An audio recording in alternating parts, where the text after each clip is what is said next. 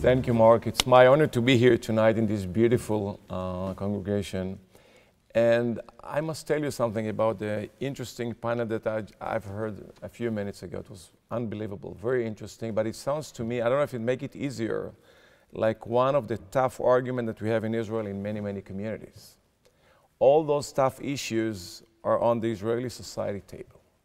The influence and the budget that go to the Orthodox communities, and the majority of them do not serve in the IDF. You know, in many cases that I met as a commander in the IDF, we have soldiers that made Aliyah from Russia and sacrificed their life for Israel. And then, in the end of the day, when they complete their service and they want to get married, they couldn't. They say, "You're not. You have to prove that you're Jewish."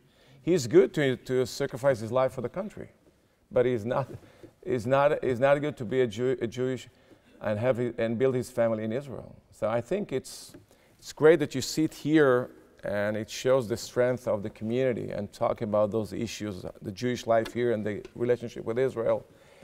And I think I've heard the last question. There is a light in the end of the tunnel. I think in the end of it's going to be very slow, but in the end of the day, the Israeli society will be open for all the movements. And now I want to share with you, I take this opportunity and share with you my expertise about the current situation along the Israeli border. I'm sure that some of you are asking, for example, is the American strike over Syria a month ago affect the situation? What's going to happen with those crazy Islamic organizations who are fighting each other? Why they're fighting each other?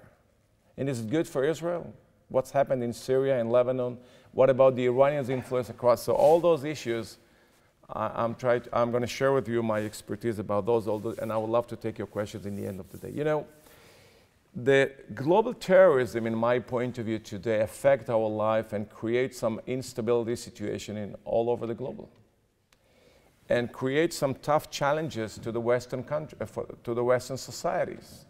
Now, if we want to have a clear strategy and defeat and have a decisive victory against those terror organizations, we should have a clear strategy that's based on a very strong 4 legs, in my point of view. One, have a strong cooperation, global cooperation between the countries.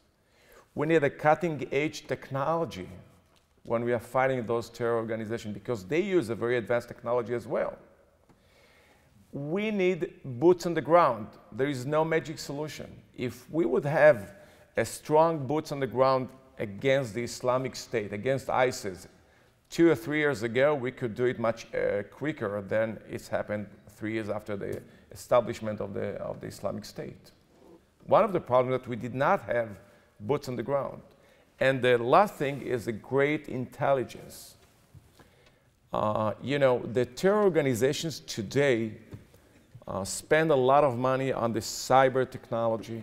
Not Israel. Israel is one of the leading in the world. But the terror organization, Hamas, the Iranian regime, they spend a lot of time, a lot of money, a lot of efforts in the cyber technology.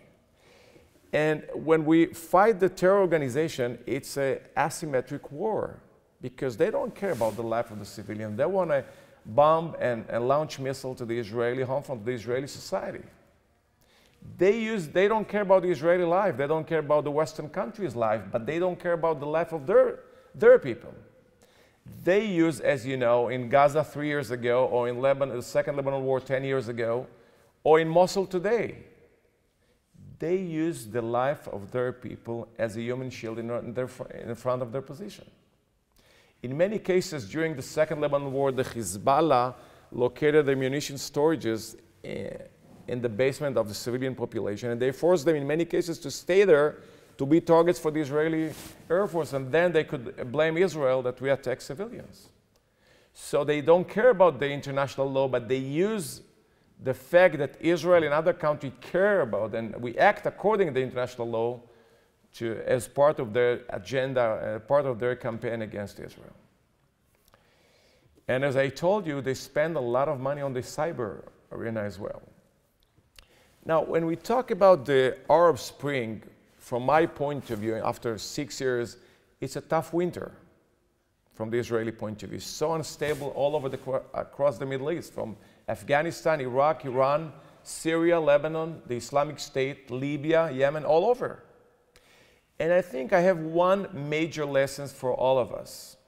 Sometimes I think we have to prefer stability and forget from the dreams that those societies that used to be under dictators for decades will change and be a democratic society within days or months or even years. It's going to take generations to educate those societies and understand the benefits of being an open and democratic society.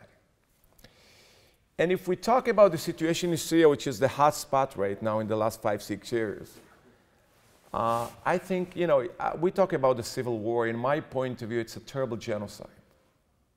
And the question is why the international community didn't do anything in the last 5-6 years, but they knew exactly what's going on.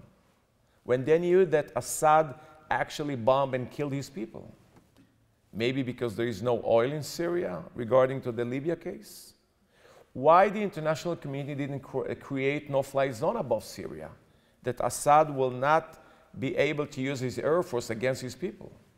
Now, I'm not talking about boots on the ground in Syria, but the international community could do a lot of things: train, rearm, finance, create the right leadership of the moderate Sunnis, not Al-Qaeda, not ISIS, the moderate Sunnis who started the struggle against Assad in 2011. Unfortunately, none of those things had happened. And things that we could do 5 years ago, it's impossible today. For example, today, it's impossible to create no-fly zone above Syria. Why? Because the Russians control totally the air movement above Syria. There's no way to do it today. Now, the circumstances in Syria started in 2011. In 2012, a year later, terrorists, Islamic terrorists from all over across the Middle East joined and came to fight their jihad in Syria. From Yemen, from Chechnya, from Libya, from all over. And in 2013, remember the chemical weapon crisis that we had, that President Obama addressed the nation that that's a red line and we're going to attack, have a heavy airstrike over Syria. And Putin, in my point of view, was smart enough to convince Assad, take the deal. If you want to survive, take the deal. Destroy your chemical capability and you're going to stay in your position. Today, when Russia controlled the situation in Syria, you can understand how smart was Putin to give this advice to Assad. And we missed this opportunity in 2013. And a year later, 2 things that happened. The Islamic State actually established in June 2013, and we have a dramatic change along the Israeli border. Many of you have been in the Golan Heights. It's, the length of the Golan Heights is 50 miles. So since 2014, along the 50 miles of the Golan Heights, we have Al-Qaeda, who control the border, who succeeded to push Assad regime for, I would say, 10 miles from the border. And actually, they control all over the Golan Heights. They control the Konetra Gate, which is the only gate between Israel and Syria. And that's changed the whole situation. This is one of the major Israeli concerns, that Al-Qaeda, who are focusing fighting Assad today, will turn left their weapons and escalate the situation with Israel. Maybe it happened in the near future. That's why we stand by in the Golan Heights with the best special forces of the IDF ready to act immediately if something is going to happen. And that's why we rebuild a new fence with a lot of electronic devices and high-tech and advanced technology to monitor every movement along the Golan Heights. The other thing that I would like to emphasize, you know, Iran is located 1,000 miles away from Israel.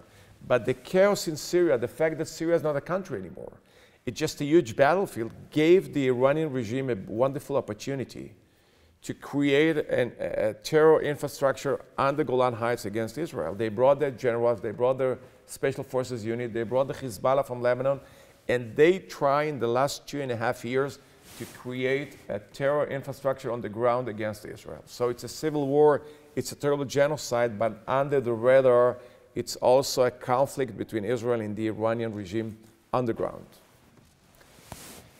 Now, the other thing is the red line that Israel said in the beginning of the civil war. You know, we said what's happened in Syria, it's against our values, but it's not the Israeli business unless it's going to touch the Israeli vital interests. And unfortunately, it did, because the Iranian regime and the Hezbollah and the Assad regime, they try to remove advanced technology from Syria to Lebanon to the Hezbollah infrastructure. When I'm saying advanced technology, I mean long-distance missiles that can reach every strategic spot in Israel, every Israeli Air Force, every Israeli command center.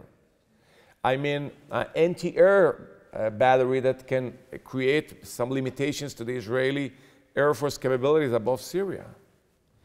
And that's why Israel attacked at least 25 times in the last 3.5 years in Damascus and in the border, those convoys that try to remove advanced technology. That shows a wonderful Israeli intelligence online that we know exactly what's going on and a great capabilities of the Israeli Air Force. And that's a great message to the other players across the Middle East. When Israel said it's a red line, we mean it's a red line. We're going to fight for this red line. Now, what's happened with the Russian aggressive strategy over Syria? Well, let me tell you a secret this beautiful afternoon. Mr. Putin is not fighting with the American interest. I'm sorry about it. He's not. He cares about the Russian interest. He wants to keep Assad in his position. He wants to keep the only Navy base that the Russians have along the Syrian coast. They are building right now a huge Air Force base, by the way, so they're going to stay for a long time. But it's much more than that. With their aggressive strategy, Putin is using the clear decline of the American influence across the Middle East. And he wants to become the key player in this game, and he's already there. But with his pressure on the international community, he wants to slow down and stop the sanctions against his economy. If you want to cooperate with me against ISIS or end the military activities in Syria and have a solution in this terrible civil war, slow down and stop the sanctions against the Russian economy so I can cooperate with you about those issues. That's the whole picture. That's the situation. And I think it's already there. Now, how the American strike over Syria a month ago affect the situation? In my point of view, it's a game changer. Because after many years that the United States actually was out of this game, Syria, that's a clear message to Putin, to the Iranian regime, to Assad, and to the Hezbollah. And you know what? To the American allies across the Middle East. We are back in the game. And I think it's going to take a while until the new administration will have a clear strategy about Syria and with a vital American interest in Syria as well. But I think it's a great message that everybody of the major players in this game will be attention and understand very clearly that the United States is back in the game. Now, how the Russian strategy, aggressive deployment in Syria affect the Israeli interest? Well, you know, to be honest with you, the fact that the Russians have a heavy deployment over Syria creates some limitations to the Israeli Air Force. They have advanced technology on the ground that can monitor every Israeli aircraft that take off 200 miles away from Syria. They have the most advanced anti-air batteries, S-400, that create some real troubles can create some difficulties for the Israeli Air Force. That's true that we coordinate very often with the generals of the Russian generals. Every other week we meet them, we coordinate with them. Mr. Netanyahu, the Israeli Prime Minister, traveling very often to Moscow to meet Putin. But those close relationships, are they going to change the major Russian interests? For example, the close cooperation that they have with the Iranians? Well, that's a good question. I don't know. Depends how the new administration will be active in this game. That's a key point.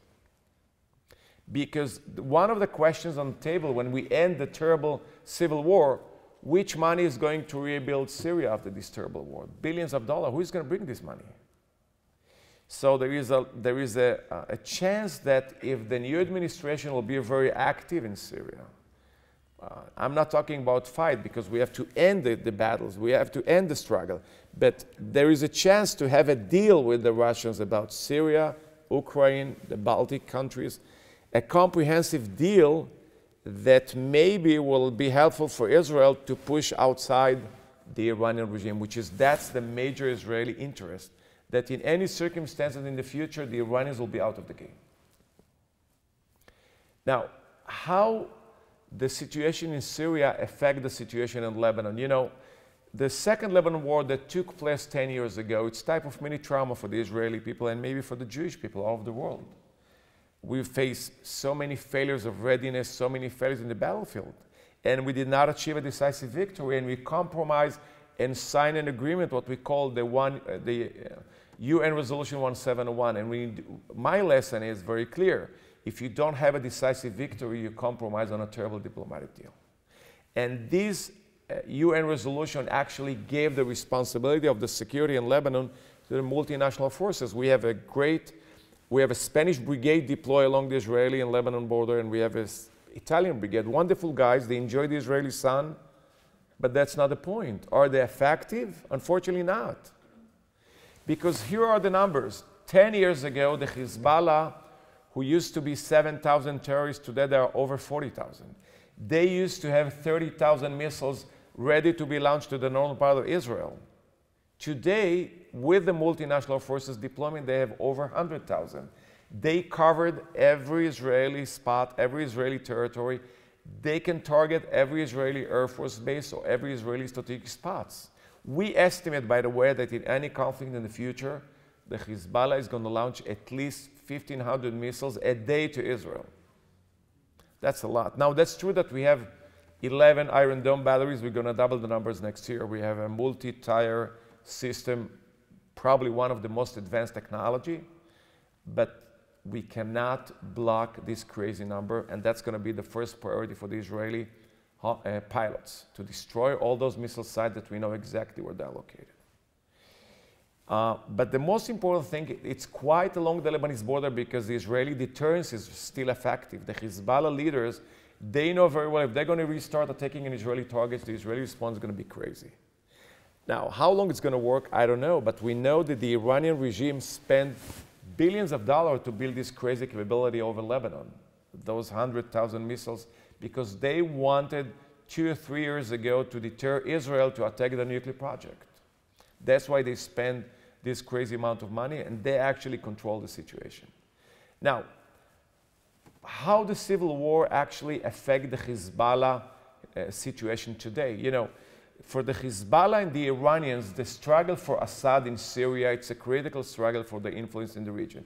They know if Assad is going to go, the game is over and all the rearming process is going to stop. That's why they send 10,000 terrorists from the Hezbollah from Lebanon to fight for Assad in Syria. And that's why they brought 30,000 Shiite militias from Iraq and Iran to fight for Assad. Now, in those battles, the Hezbollah suffered many, many casualties. Over 2,000 deaths and over 6,000 injured, not against Israel, in the battles in Syria. And that's created a lot of demonstrations against the Hezbollah policy in Lebanon, leading by Saudi's money. Because the Sunnis in Lebanon claim the Hezbollah, you take Lebanese guys across the border to fight for Assad against who? Against our brothers, the Sunnis in Syria. That's unacceptable.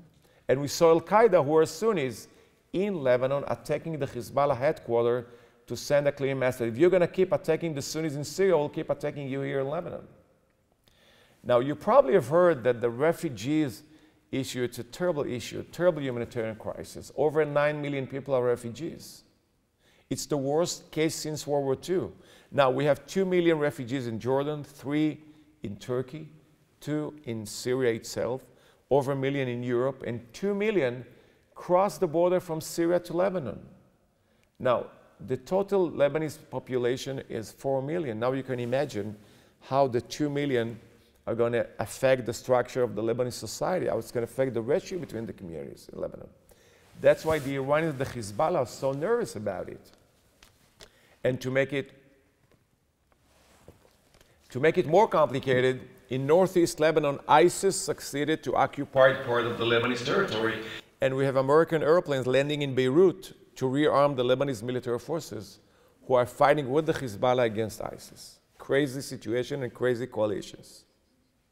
Now, with those 3 challenges, fighting in Syria with so many casualties, the refugees issue, and the struggle against ISIS, the last thing that the Hezbollah wants is to open a new front with Israel. That's why they keep the Israeli border so quiet in the last 10 years. And if they decided to do something against Israel, they are doing it in Syria, which is not a country anymore, just a huge battlefield. So I would say that in the short term, I don't see any motivation of the Hezbollah to escalate the situation with Israel. And I don't see even a motivation of the Iranian regime to escalate the situation, because they want to get all the benefits from the agreement that they signed with the international community a year and a half ago. All the Western countries' investment in their economy. So I don't see in the near future, unless something is going to change in Syria, and the thousands of Hezbollah terrorists who are fighting there will go back to Lebanon, that can change the whole situation and probably create can create some escalation between Israel and Lebanon. Any questions about the situation in Syria or Lebanon before I will touch? You know what, maybe I will say a few words about Gaza and then I will take your questions. You know, when we look to the situation in Gaza 3 years after the Protective Age operation, we are facing some escalation, mainly by ISIS group in Gaza, who try to create some troubles to Israel and the Hamas as well together. So they launch from time to time missiles from Gaza to Israel. But if I look to the situation right now, 3 years after the Protective Age operation, the Hamas is facing a real tough situation. First of all, he is isolated from the countries that used to give them a lot of support. In Egypt, they treat the Hamas as an enemy, because the Hamas used to cooperate with ISIS in Sinai against the S.E.E. administration. And we saw an unbelievable cooperation between Israel and Egypt in the last 3 years. We never were so close and cooperate with the Egyptians like we are doing today. They blocked the tunnels from Egypt to Gaza, and they give a real hard time. That's why the Hamas decided lately a strategic decision to stop the relationship with ISIS in Sinai and try to rebuild the relationship with Egypt, which is very important for them. Israel started a few months ago a national project to create a huge obstacle along Gaza Strip that actually will destroy all the tunnels that the Hamas spent billions of dollars to build them.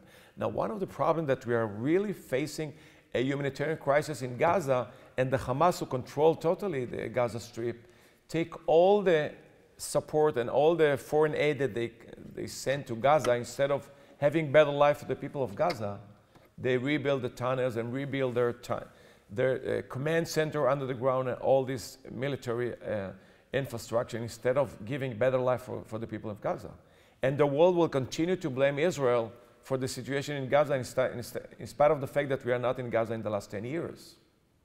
So it's definitely Israeli interest to improve dramatically the civilian infrastructure in Gaza, to have their own electricity, water, and a lot of support, maybe build a port in Gaza, that they will be independent, they will take responsibility for their life.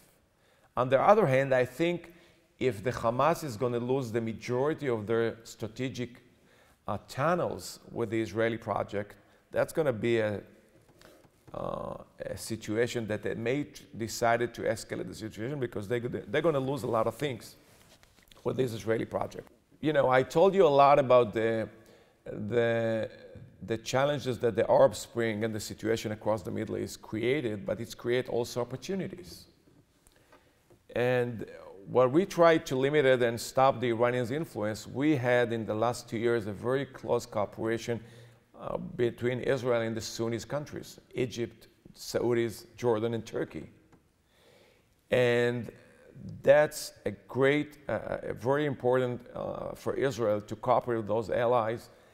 A lot of things happened under the radar. It's not officially, because for those countries to have any, you know, there is no free meals. If the ticket to this game to cooperate officially with Israel is to have any advance on the Palestinian trail. So I think for Israel to limit the Iranians' influence, it's critical to increase dramatically the cooperation with the Saudis, Egyptian. That's critical for Israel, to create those allies across the Middle East, because look what's happened with the Iranians. They control Iraq, they have a lot of influence in Syria, they control totally Lebanon, and they involved in Yemen as well. So they become the most powerful country, and I think that the new strategy of the new administration against the Iranian regime definitely help Israel strategy. Is it good for Israel what's going on in Syria and Lebanon? I think it's good. It's against our values. It's terrible genocide. But the major enemy that we used to have for decades, the Assad regime military forces, almost non-exist. And the major enemy from Lebanon, the Hezbollah, in the last 3.5 decades, is blooding in Syria every day. So it's definitely in Israeli interest that they will continue to fight each other. But in the end of the day, that's going to end. The major interest for Israel is very clear, that the Iranians will be out of this game. Thank you very much for this opportunity.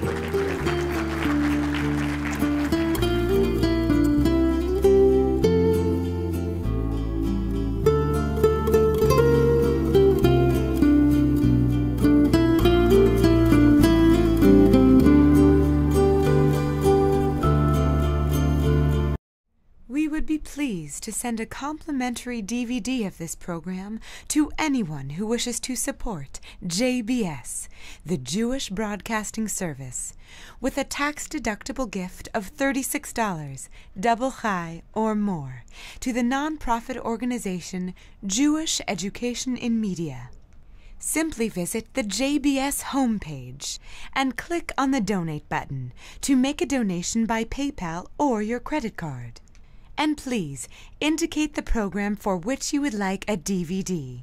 Or you can send your tax-deductible check made out to GEM, Post Office Box 180, Riverdale Station, Bronx, New York 10471. And again, please remember to indicate which program you would like to receive with our compliments. And we thank you for your kind support.